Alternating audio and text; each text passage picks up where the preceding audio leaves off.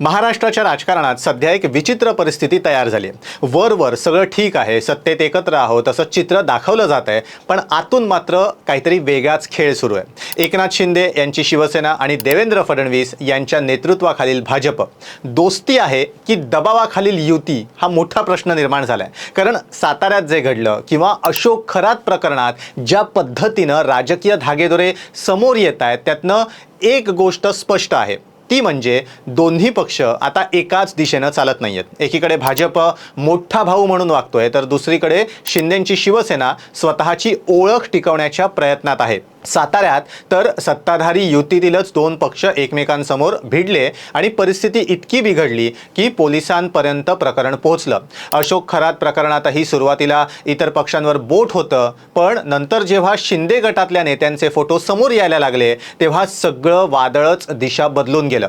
आता वरवर बैठकांमध्ये सगळं नॉर्मल दाखवलं जात आहे। एकनाथ शिंदे आणि देवेंद्र फडणवीस एकत्र चर्चा करतात, बसतात, पण त्यानंतरही नाराजी काही संपताना दिसत नाहीये। उलट प्रत्येक नवीन घडामोडीनंतर ती अजून ठळक होतीये। म्हणजे ही केवळ सत्तेची युती आहे, मनांची युती नाही, अशी चर्चा आता उघडपणे सुरू झाली। आणि याच पार्श्वभूमीवर एक मोठा राजकीय स्फोट झालाय।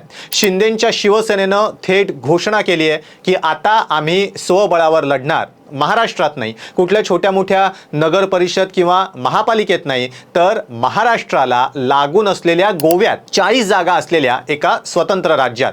हा निर्णय छोटा नाहीये, हा एक राजकीय सिग्नल आहे, संदेश आहे। भाजपसोबत सत्तेत असताना त्यांच्याशी काडीमोड न घेता पण स्पष्टपणे अंतर ठेवत गोव्यात स्वबळावर लढण्याचा निर्णय म्हणजे शिंदेंचा प्लॅन बी सुरू झालाय का, असा प्रश्न आता निर्माण होतोय। आता इथे एक फ्लॅशबॅक महत्त्वाचा आहे, तो म्हणजे 2022चा। त्यावेळेला उद्धव ठाकरे आणि एकनाथ शिंदे एकाच शिवसेनेत होते, म्हणजे शिवसेना पक्ष अखंड होता। गोवा विधानसभा निवडणुकीत त्यावेळेला शिवसेनेनं 12 जागांवर उमेदवार उभे केलेले होते। संजय राऊत, आदित्य ठाकरे स्वतः गोव्यात तळ ठोकून होते, राष्ट्रवादीसोबत युती होती, सगळं काही जोरात होतं, पण निकाल एकही जागा नाही, 0 जागा। म्हणजे काय, तर गोव्यात शिवसेनेची ताकद प्रत्यक्षात किती आहे हे 2017-2022 मध्ये स्पष्ट झालं होतं आणि आता 2027 साठी पुन्हा तोच प्रयोग होऊ घालतोय। पण यावेळेला परिस्थिती वेगळी आहे। आता शिवसेना दोन भागात विभागली गेली आहे, एक तर एकनाथ शिंदे यांची शिवसेना आणि दुसरी उद्धव ठाकरे यांची शिवसेना। मग प्रश्न असा येतो की 2027 मध्ये जर हे दोन्ही गट वेगवेगळे लढले तर काय होईल? मतांची विभागणी होणार का? फायदा कोणाला होणार? थेट भाजपला। त्यामुळे एक शक्यता अशीही चर्चेत आहे की किमान गोव्यासाठी तरी दोन्ही शिवसेना एकत्र येऊ शकतात, पण सध्याच्या राजकीय परिस्थितीकडे बघता ते जवळपास अशक्य वाटतंय। आता एकनाथ शिंदेंच्या शिवसेनेसाठी गोवा इतकं का महत्त्वाचं आहे, तर त्यामागे एक मोठा भूराजकीय आणि भावनिक अँगल आहे। गोवा हे महाराष्ट्राला लागून असलेलं एक राज्य आहे। विशेषतः सिंधुदुर्ग, कोकण बेट इथे शिवसेनेची पारंपरिक ताकद आहे। मराठी भाषिक मतदार मोठ्या प्रमाणावर आहे आणि म्हणूनच गोवा ही शिंदेंसाठी फक्त निवडणूक नाहीये, तर ती प्रतिष्ठेची लढाई आहे, अस्तित्वाची लढाई आहे। कारण जर गोव्यात पाय रोवता आला तर तो महाराष्ट्राबाहेर विस्ताराचा पहिला मोठा प्रयत्न असेल, पहिलं मोठं पाऊल ठरेल। आणि जर अपयश आलं तर 2022चीच पुनरावृत्ती होईल। आता शिंदे पक्षाकडनं स्वबळाची घोषणा तर करण्यात आलेली आहे, पण त्यांची तयारी कशी सुरू आहे तर तेही सविस्तरपणे सांगतो।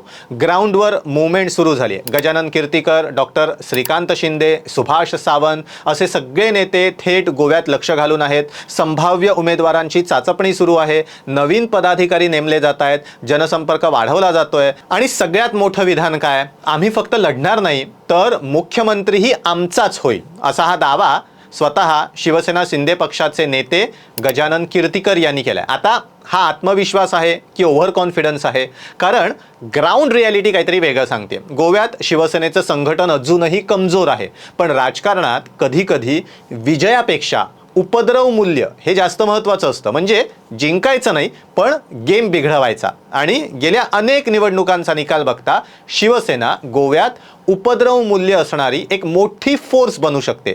जर शिवसेना गोव्यात भाजपाविरोधात लढली तर भाजपच्या मतांवर परिणाम होईल, म्हणजेच मित्रपक्ष असूनही अप्रत्यक्ष लढाई.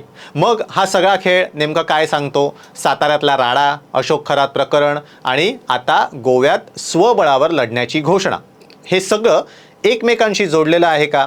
राजकारणात कधीच योगायोग नसतो, सगळं प्लॅन्ड असतं. आणि सध्या जो प्लॅन दिसतोय त्यात शिंदे आणि भाजप यांच्यात सायलेंट वॉर किंवा कोल्ड वॉर सुरू आहे का, हा प्रश्न अधिक गडद होतोय. शेवटी मुद्दा एकच आहे, 2027 पर्यंत हे समीकरण कसं बदलतं? एकनाथ शिंदे स्वतःचा स्वतंत्र राजकीय बेस तयार करू शकतात का, की भाजपच्या सावलीतच त्यांना राहावं लागणार आहे? कारण गोवा ही फक्त सुरुवात आहे, खरी लढाई अजून बाकी आहे. असोत, तुम्हाला व्हिडिओ कसा वाटला? शिवसेना शिंदे पक्षानं 2027च्या गोवा निवडणुका स्वबळावर लढवाव्यात की उद्धव ठाकरे शिवसेनेसोबत युती करावी, याबद्दल तुमचं काय मत आहे आम्हाला कमेंट करून नक्की सांगा. आणि हो, व्हिडिओ आवडला असेल तर लाईक करायला, कमेंट करायला, शेअर करायला विसरू नका. टाइम महाराष्ट्राचं यूट्यूब चॅनल नक्की सबस्क्राईब करा. व्हिडिओ बघितल्याबद्दल धन्यवाद.